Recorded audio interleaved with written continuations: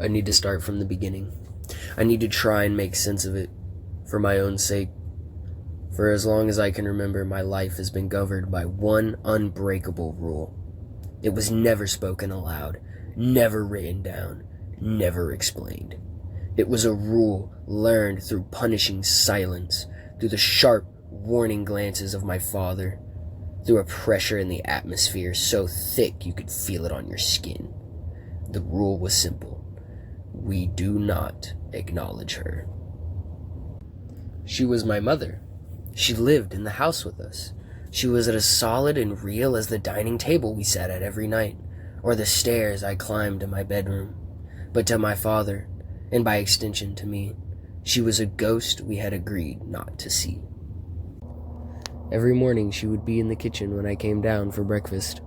She'd be at the stove, a floral apron tied around her waist, and she would turn and smile at me. It was always a sad smile, one that never quite reached her eyes. "Good morning, sweetheart," she would say, her voice soft like rustling leaves.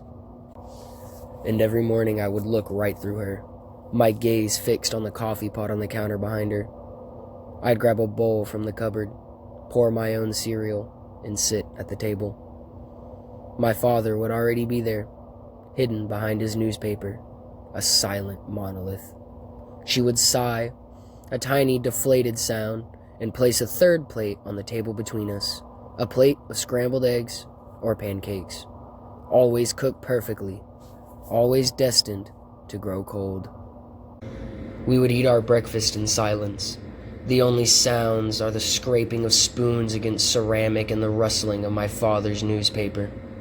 The third plate sat there, a testament to our collective delusion, a steaming, fragrant accusation. She would sit in her chair, her hands clasped in her lap, watching us eat, a hopeful, desperate look on her face. Sometimes she would try to start a conversation. "It looks like it might rain today," she'd offer, her voice wavering slightly. "You should take an umbrella to school." My father would just turn a page, the crinkle of the newsprint sharp and dismissive in the quiet room. I would take a large, noisy bite of my cereal, focusing on the crunch, on anything but the sound of her voice. After a while, she would just fall silent, the hope draining from her face, leaving behind that familiar, deep-seated sadness. Dinner was the same. She'd cook a full meal, something that smelled incredible, filling the house with the scent of roasted chicken or baking bread. She'd set 3 places at the table, complete with napkins and silverware. My father and I would sit, and she would serve us, placing food on our plates, her movements graceful and practiced. Then she would sit down, fill her own plate, and try to engage us.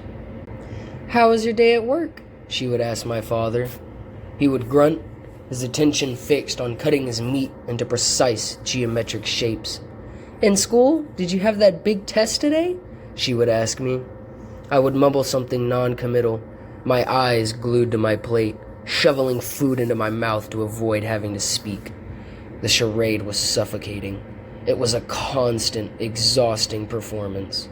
Every single day was a rehearsal and a live show of pretending this woman, my own mother, did not exist. I grew up in a house with 3 people, but I was raised in a world that only acknowledged 2. For years, I just accepted it. Kids accept the most bizarre circumstances as normal because it's all they've ever known. The sun rises, the sky is blue, and we don't talk to mom. It was just a fact of life.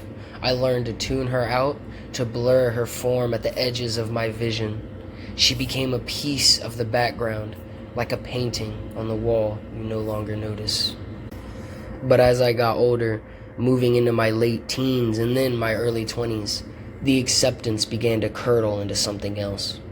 First it was confusion, then a deep, gnawing guilt. I started to really look at her.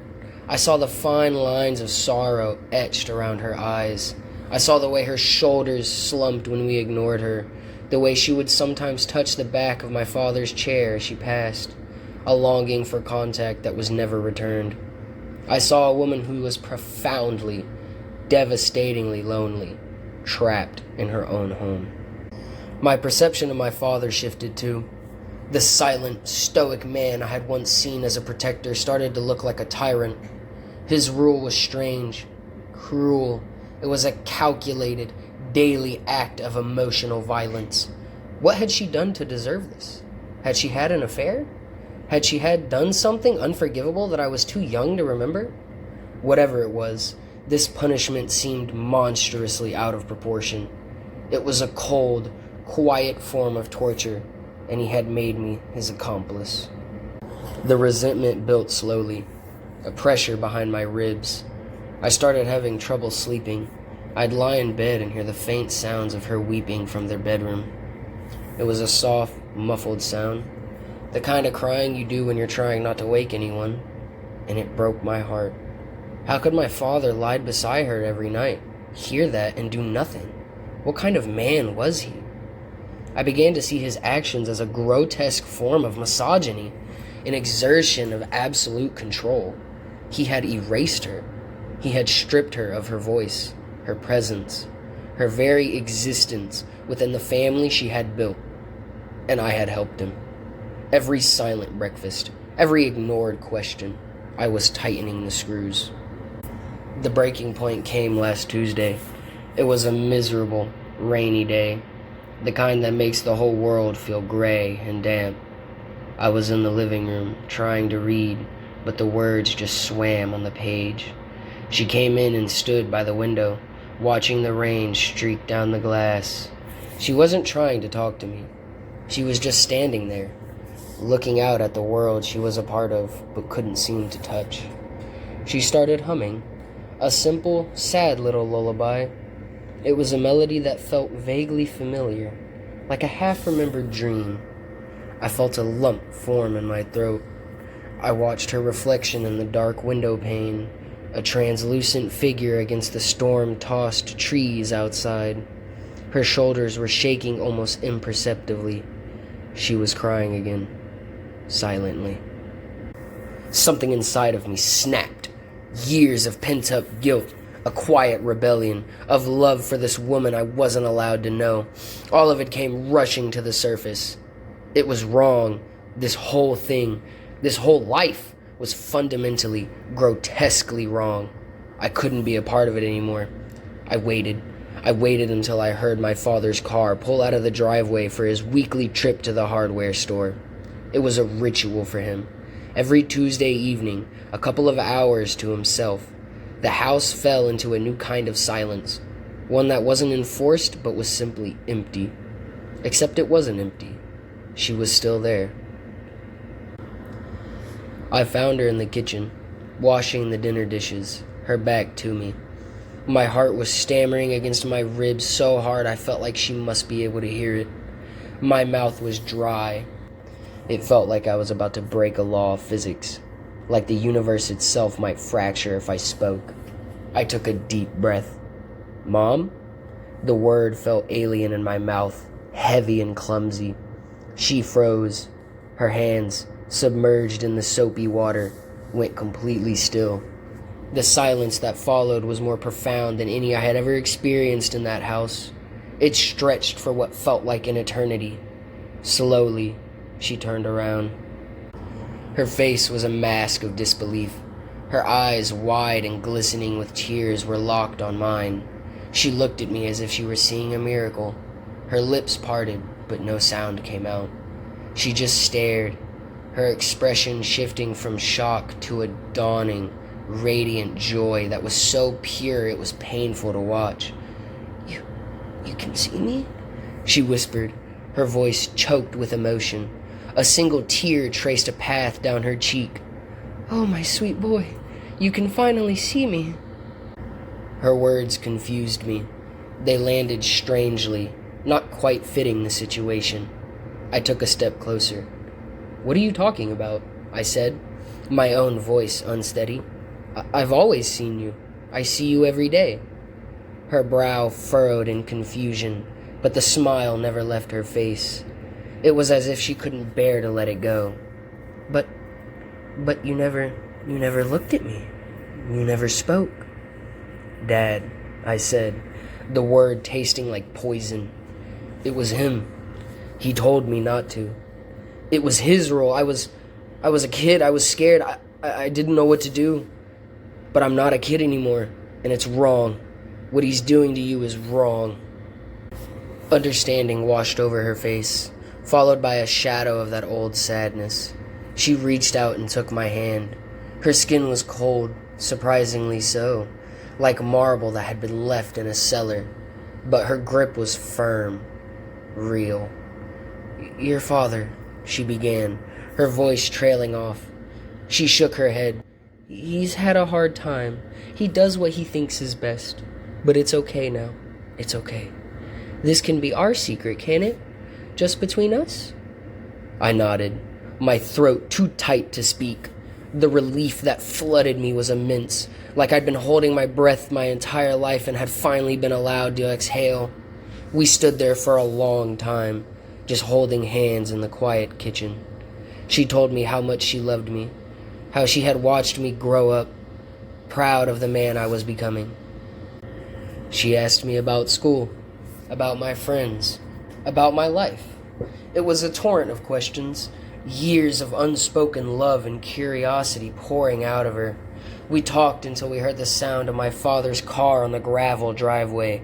A sudden panic seized us. She squeezed my hand one last time, a conspiratorial smile on her face. "Our secret," she whispered, and then she turned back to the sink, resuming her washing as if nothing had happened. I bolted from the kitchen, my heart racing, and made it to my room just as the front door opened. The rest of the evening passed in the usual suffocating silence, but this time it felt different. It was charged with my secret. When she looked at me across the dinner table, there was a new light in her eyes, a shared knowledge. It was the first time in my life I felt like I had an ally in that house. We continued our secret conversations for the next few days. Whenever my father was out, we would talk. I learned about her favorite books, the music she loved, the places she dreamed of traveling. She was vibrant and intelligent and funny. She was a whole person, a person my father had tried to bury. And with every word we shared, I felt like I was helping her claw her way out of the grave he dug for her. My anger at him grew with every passing day. He was a monster, a quiet, methodical monster who had stolen my mother from me. I started to think about what to do. Should I confront him? Should I just take her and leave? I felt a fierce protective instinct I'd never known before. I would not let him hurt her anymore. Then came yesterday morning. I woke up and the house was silent. Too silent. There was no smell of coffee brewing, no sound of my father's radio murmuring the morning news from the kitchen. I lay in bed for a while, waiting, but the silence stretched, becoming unnatural, unnerving. I finally got up and went downstairs. The kitchen was empty. The coffee pot was cold. The newspaper still on the front porch. A prickle of unease ran down my spine. I checked the whole ground floor. No one. I went upstairs and knocked on their bedroom door. No answer. I pushed it open. The room was empty. The bed was neatly made. My father's side of the closet was open, his clothes hanging in their usual, meticulous rows. Her side was the same.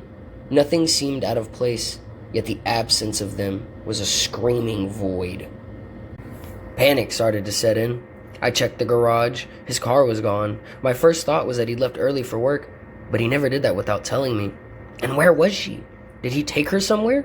That thought sent a jolt of fear through me. Had he found out about our secret? I spent the whole day in a state of escalating anxiety. I called my father's cell phone a dozen times. It went straight to voicemail every time. I called his office. His secretary said he hadn't shown up, which had never happened before. I didn't know who to call about her. She didn't have a cell phone. She didn't have any friends that I knew of. Her entire world was contained within the walls of our house. By evening, I was frantic. I paced the empty rooms, the silence of the house pressing in on me. Had he hurt her? Had he taken her away to punish her? To punish me? The darkest possibilities began to spiral in my mind. I had to do something. I had to find a clue, anything that could tell me where they went. My search led me back to their bedroom. It felt like a violation to be in there, to go through their things, but I was desperate. I looked through drawers, under the bed, in the closet. Nothing. It was just a room, unnaturally tidy and impersonal. Then I saw it. On the floor of my father's closet, tucked behind a row of shoes, was a small wooden chest.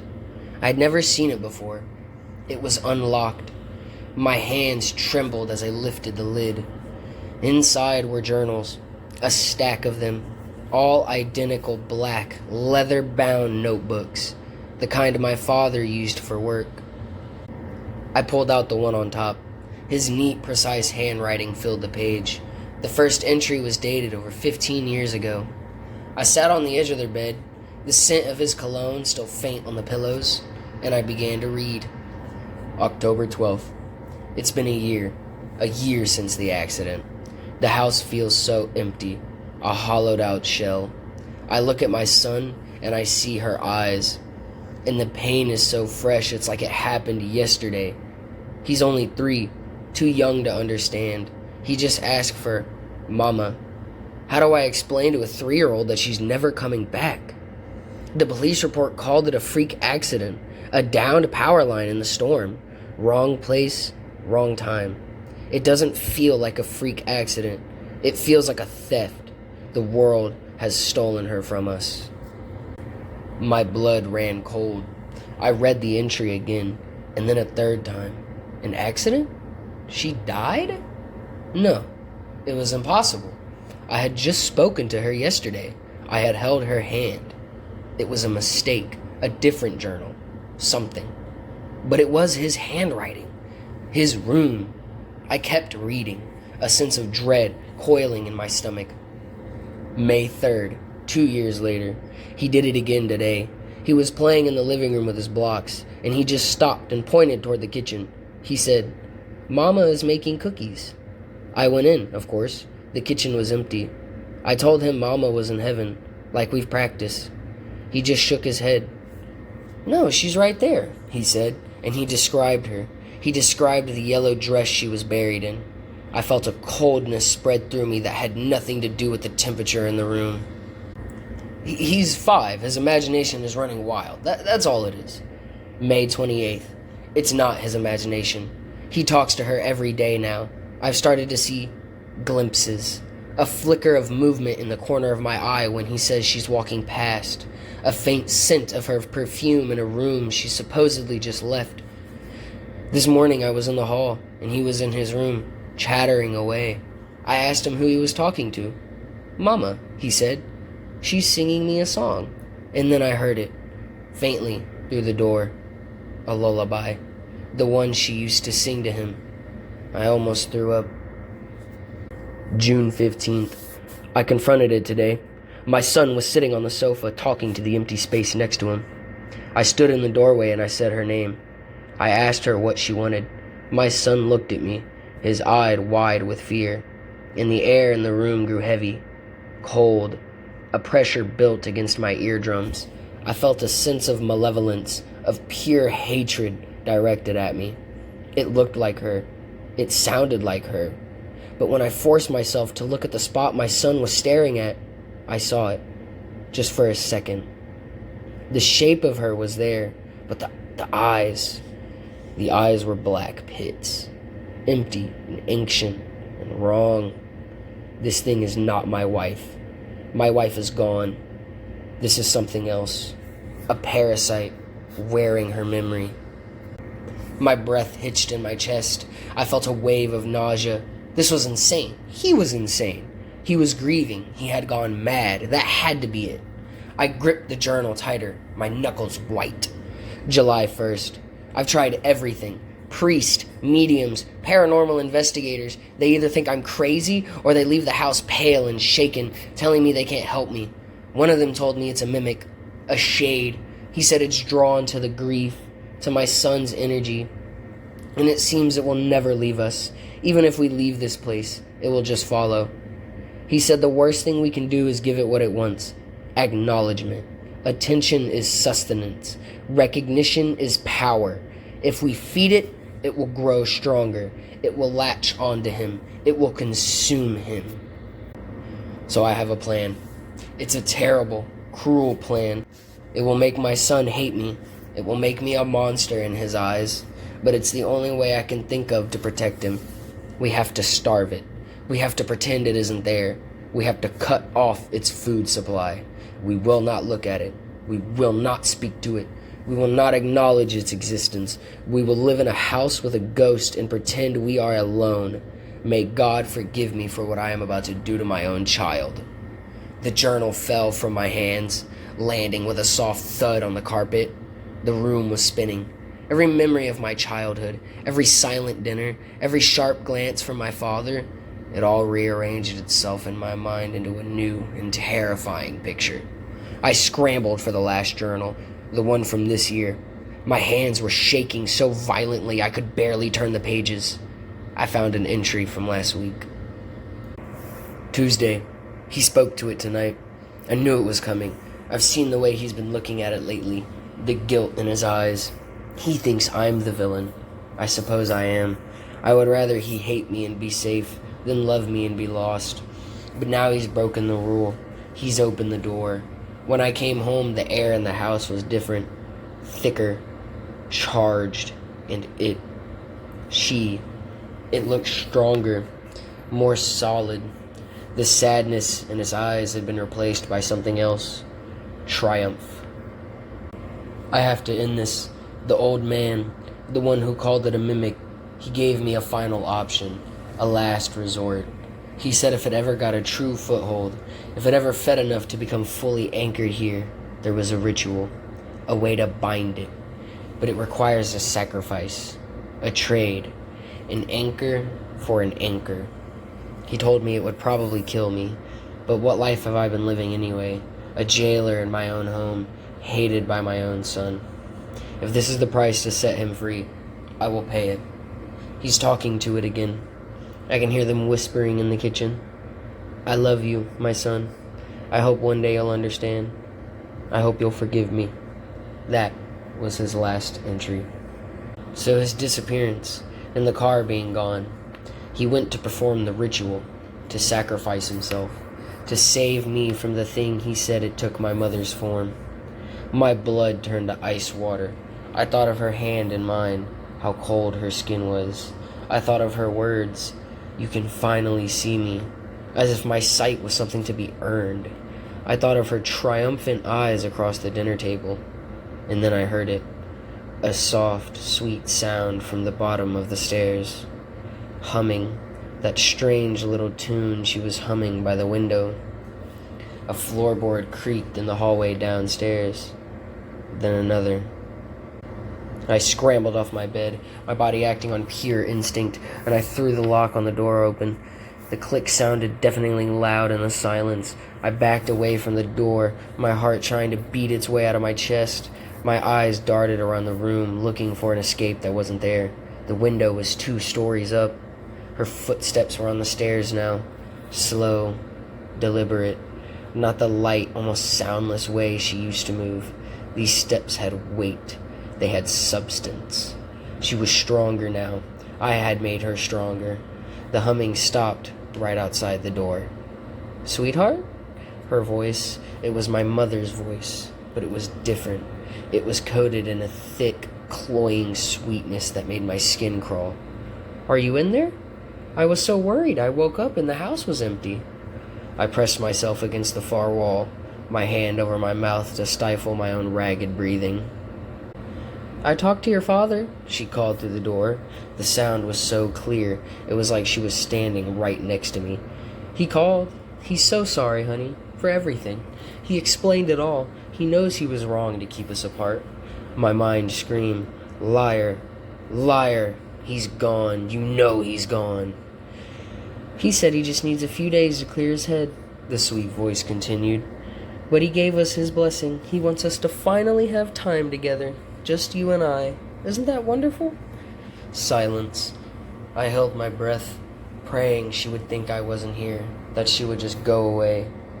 "I know you're in there, honey. I can feel you." she cooed. "Come on, open the door. I'm going to make you some pancakes just like I used to." She never used to make me pancakes. "Please, son, don't shut me out again. Not after you finally let me in. It's all going to be okay now. I'm here. I'll take care of you. We'll be a proper family." The words hung in the air, thick and venomous. A silence followed, stretching for a few agonizing heartbeats. Then, a new sound, a soft, metallic scrape. The doorknob began to jiggle, slowly at first, then with more force. Click, rattle, click. My breath caught in my throat. It was trying to get in. It was physically trying to reach me. I backed away until my shoulders hit the cold wall, my eyes wide and fixed on the trembling brass knob. The wood around the lock groaned under the pressure. My phone was in my pocket. The weight of it was a sudden, desperate comfort. My hands were slick with sweat as I fumbled to pull it out. My thumb hovered over the emergency call button. What could I possibly say? There's a woman in my house who looks and sounds like my mother, but my dad's journal says she died 15 years ago, and this thing is a mimic that feeds on attention? They would send an ambulance with a straitjacket, not a squad car with armed officers. The rattling stopped. For a moment, there was nothing. A profound, terrifying quiet. And then, a new sound began. A soft, rhythmic scratching on the other side of the door, like long fingernails dragging slowly, deliberately down the grain of the wood. Scrape, scrape. Over and over, a sound that was patient and possessive. That was it. I didn't care how crazy I sounded. I stabbed the call button. A calm voice answered. 911, what's your emergency? I cupped my hand over the phone speaker. My own voice a choked, ragged whisper. There's an intruder in my house. I'm locked in my bedroom upstairs. Can you describe them, sir? The dispatcher asked, her voice perfectly level. The scratching continued, a counterpoint to her calm, professional demeanor. I can't. I haven't seen them. I just hear them. They're right outside my door, please. You have to hurry. There was a fractional pause on the other end.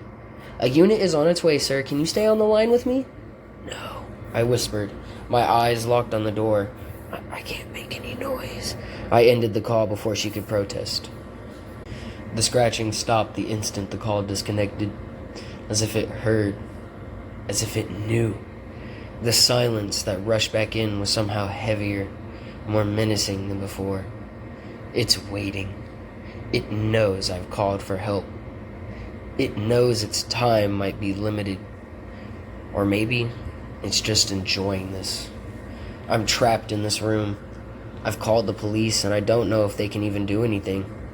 I don't know what they'll find when they arrive. What if it's just gone when they get here? They'll find my dad's journals, they'll see the state I'm in, and they'll think I'm the one who's broken. But all I can do is wait for them. I'm writing this down, getting it all out as fast as I can on my phone. I need someone to know the truth.